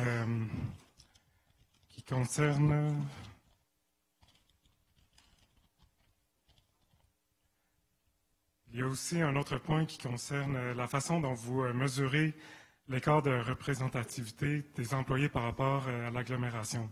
En fait, ce que vous faites, c'est que vous comparez directement la représentation des employés par rapport à la composition de l'île de Montréal. Et pour toute personne qui se rappelle son cours de statistique, ça surprend. Parce qu'on sait que pour comparer un échantillon par rapport à une population, il faut faire un test de probabilité. Alors, ma question est la suivante. Afin d'améliorer votre façon de mesurer le biais systémique lors des embauches, est-ce que vous pouvez aller chercher l'aide d'un département de mathématiques ou de statistiques afin de vérifier vos méthodes de calcul? Merci pour votre question. La parole à M. Doré. Oui, merci beaucoup, Madame la Présidente. Alors, en tout respect, je pense qu'on n'aura pas besoin de mathématiciens pour faire ça. On est capable en masse d'y aller. Comme il faut. Je pense qu'il n'y a aucun problème. Vous faites, ceci dit, j'aimerais corriger quelque chose. Là. Vous dites la Ville ne fait pas, je ne sais pas comment vous l'avez formulé, là, mais la Ville n'empêche pas les gens des banlieues de postuler. L'arrêt Godbout en 1997 mentionne qu'on ne peut justement pas faire de discrimination. C'était pour des villes qui réservaient des employés, réservaient des postes à leurs propres résidents. Il fallait habiter pour travailler dans sa ville. Ça n'existe plus, ça, depuis 1997. Alors, on ne peut pas le faire. Et l'autre assertion que vous faisiez, je ne me souviens pas, mais à tout le moins, nous faisons tout. Ah oui, c'était sur les employés qui ne s'auto-identifient pas. C'est un enjeu, effectivement. C'est pour ça que nous avons lancé cette campagne à l'interne où on demande à chacune des unités administratives de rappeler aux gens que c'est important de s'auto-identifier, mais on ne peut pas obliger les gens.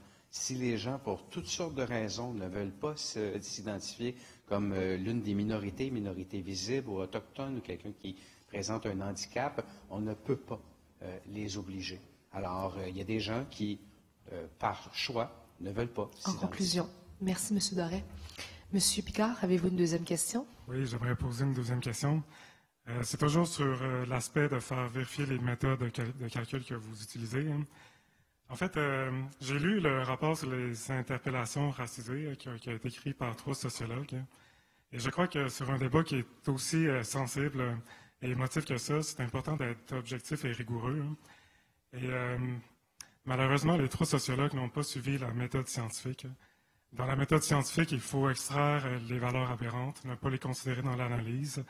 Il faut évaluer l'incertitude, ce que les sociologues n'ont pas fait. Et aussi, il faut comparer les ratios qui sont comparables entre eux.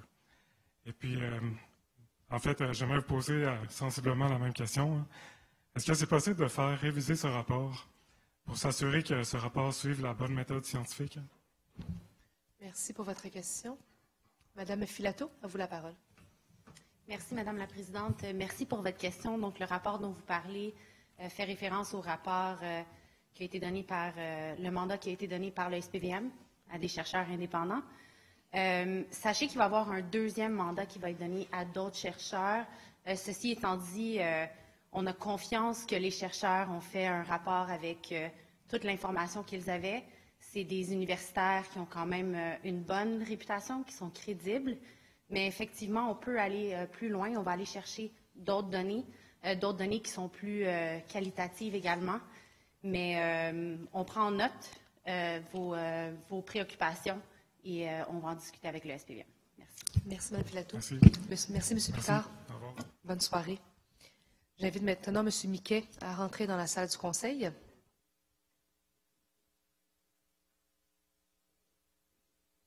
Bonsoir, M. Miquet. Bonsoir, Madame la Présidente, chers élus. J'aimerais poser une question soit à M. Jean-François Parenteau ou Régé Lachance, directeur du service de l'environnement. Je ne sais pas s'il est là. C'est bon? Bonjour. Je suis résident du Mont-Hélène. J'habite à proximité des boulangeries de Bagel qui cuisinent au feu de bois. Et en premier lieu, je voudrais vous remercier pour tous vos efforts pour améliorer la qualité de l'air en légiférant sur la cuisson feu de bois.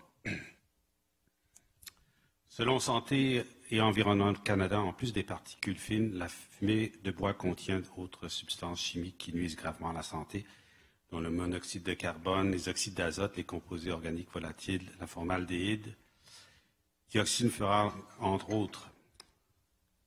Donc, ma question, c'est pourquoi le nouveau règlement sur les émissions de contaminants dans l'air qui a été annoncé récemment dans la presse ne contrôle pas ces substances toxiques? Et pourquoi ne pas interdire la cuisson au bois carrément à proximité des quartiers résidentiels tout en offrant une subvention au commerce concerné pour qu'ils puissent faire la transition vers une énergie plus propre? Donc, j'ai deux autres questions, mais... Oui, on va commencer avec celle-ci. Merci. M. Parenteau, à vous la parole. Alors, merci pour votre question.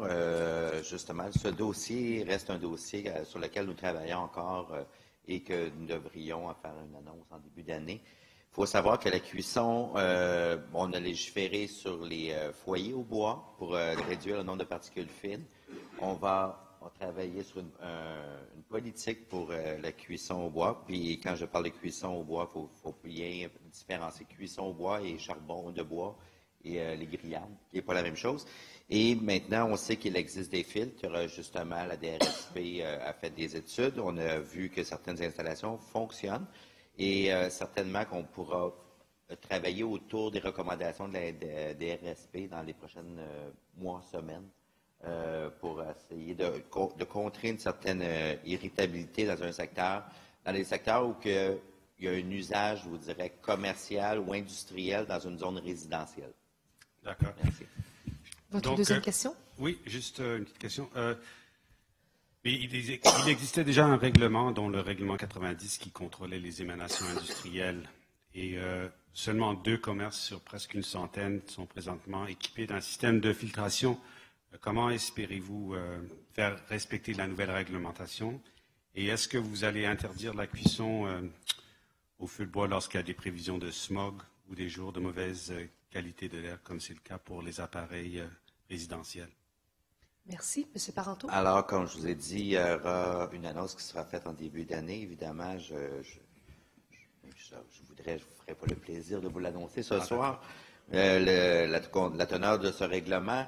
Mais il est certain que dans l'application, ce qu'on a vu avec le règlement 90 au niveau du ministère de l'Environnement, dans son application, une des plus grandes problématiques qu'on y retrouvait, c'est l'accessibilité aux cheminées. Alors, malgré certaines plaintes et certains utilisaient, on pourrait dire certains stratagèmes, ne donnant pas l'accès directement aux installations pour faire les validations nécessaires pour aller recueillir l'échantillonnage, ce qui devrait être tenu compte dans la nouvelle réglementation.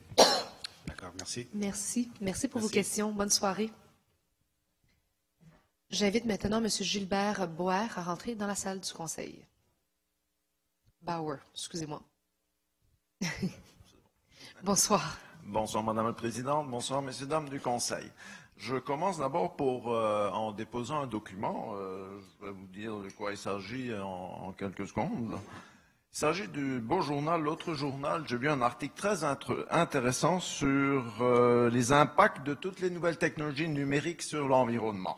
Bon, 4% des émissions mondiales de GES sont liées à l'industrie numérique. Selon le journaliste scientifique Charles Prémont, 4% des émissions mondiales de gaz à effet de serre, GES, sont liées à l'industrie numérique et cette proportion pourrait atteindre 8%, soit environ l'équivalent actuel de la part des émissions mondiales de GES attribuées aux voitures d'ici 2025.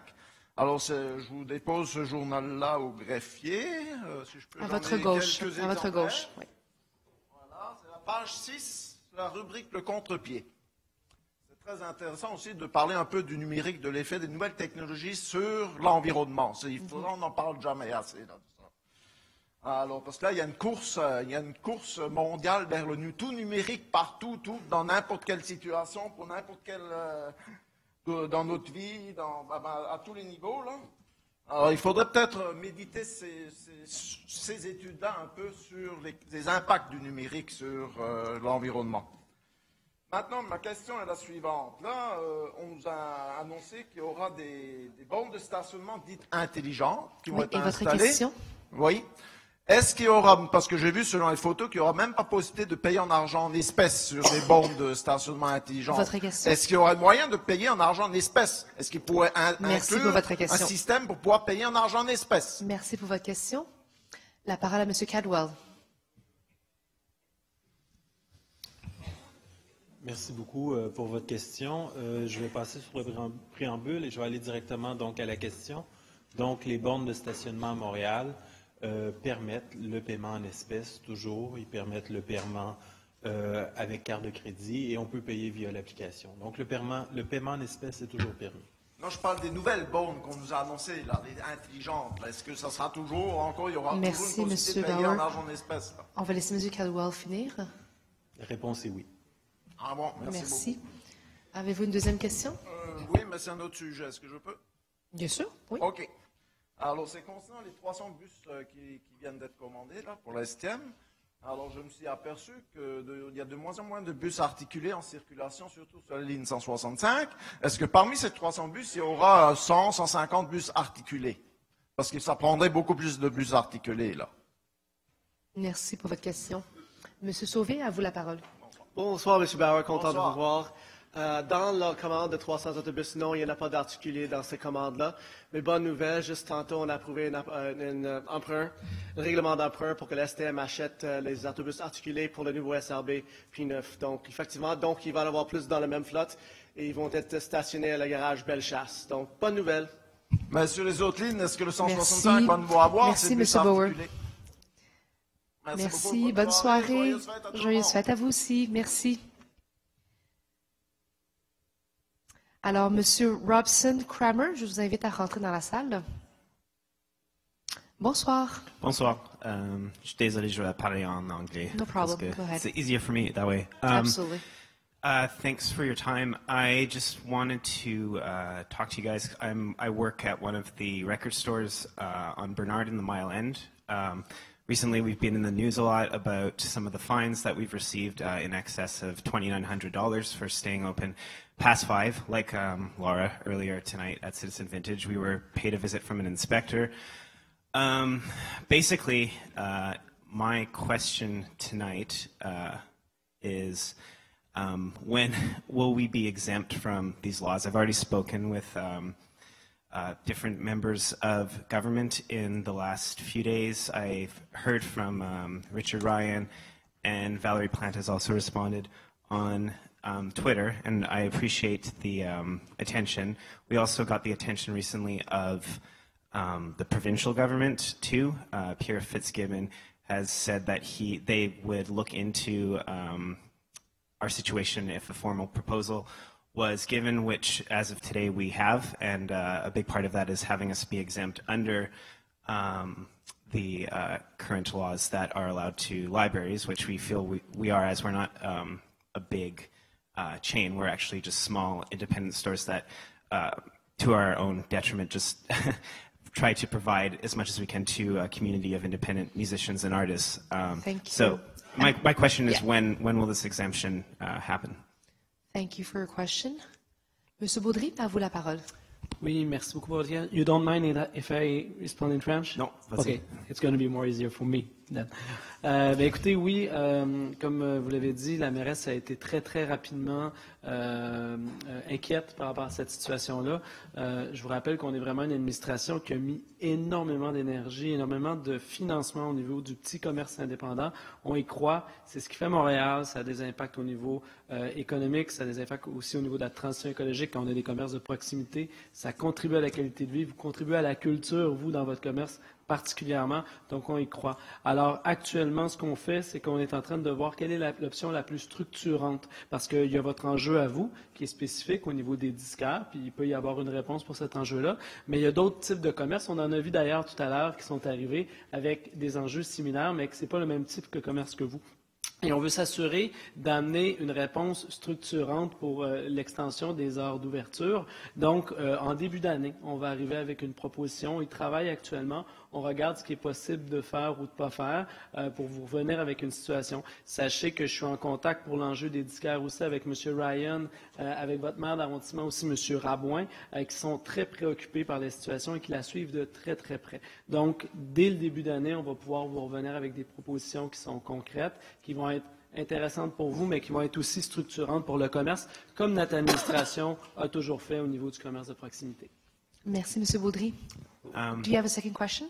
Yes, I appreciate the response. I hope a solution can be received quickly. We won't, I mean, just me having to be here is already cutting into how I can operate my business. We will not survive another few months if this law is upheld. And if we have to pay the fines, that's another matter, I realize, because it's provincial. But that said, the Myland is changing very rapidly in the last few years, and I hope more is done, not only for our neighborhood, but for the good of the city and the arts that make up where we live. Thank you for your question. Madame la mairesse, à vous la parole. Yes, hi. Thank you for coming tonight.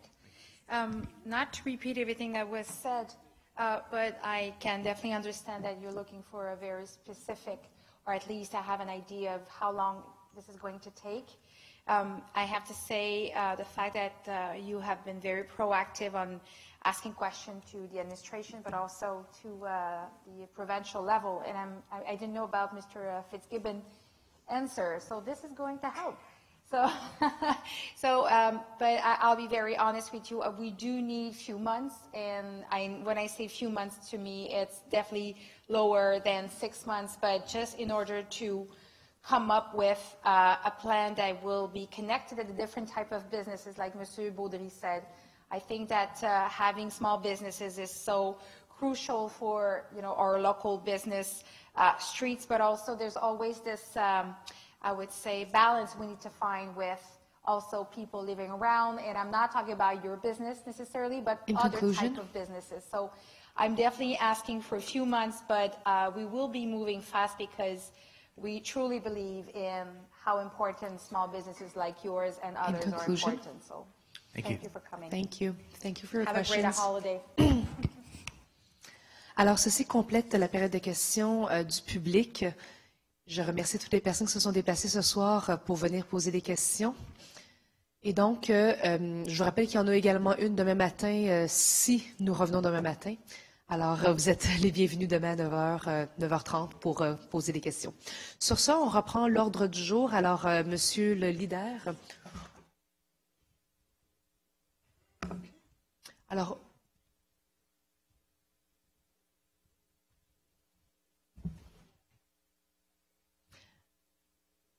Monsieur le leader. Oui, Madame la Présidente, dans l'antichambre, on me dit qu'il y a des gens qui s'assemblent pour les nominations. Alors, je vais appeler bientôt les nominations au Conseil interculturel de Montréal, mais on me demande d'attendre un peu. Alors, je vais appeler un autre bloc de choses contractuelles d'ici là, appuyé de mon collègue Benoît Doré. Alors, je vais appeler les items 21 à 25. Et quand ceux-ci seront traités, ensuite on passera. Je vous avertis du changement de séquence, Madame la Présidente et autres membres du Conseil. On va appeler un bloc de choses contractuelles. Ensuite, ce sera les nominations. Je vais en profiter pour faire tous les conseils du même coup.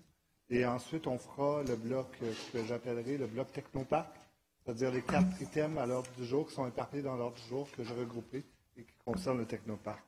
Et ensuite, nous reviendrons à la programmation régulière. Alors, si tout le monde suit, ça devrait bien se passer. Alors, en 2011, on approuve la première convention de modification de bail par laquelle la Ville loue des investissements d'ALU, un espace à bureau additionnel situé au 4305 rue Hogan à Montréal. En 2012, on accorde un contrat à la compagnie 2862-56-22 Québec Inc. FASRS, le groupe Saint-Lambert, pour l'exécution des travaux de rénovation de la bibliothèque de Côte-des-Neiges. En 2013, on accorde un contrat de service professionnel à Héloïse Thibodeau, architecte, pour la réalisation de services professionnels pluridisciplinaires.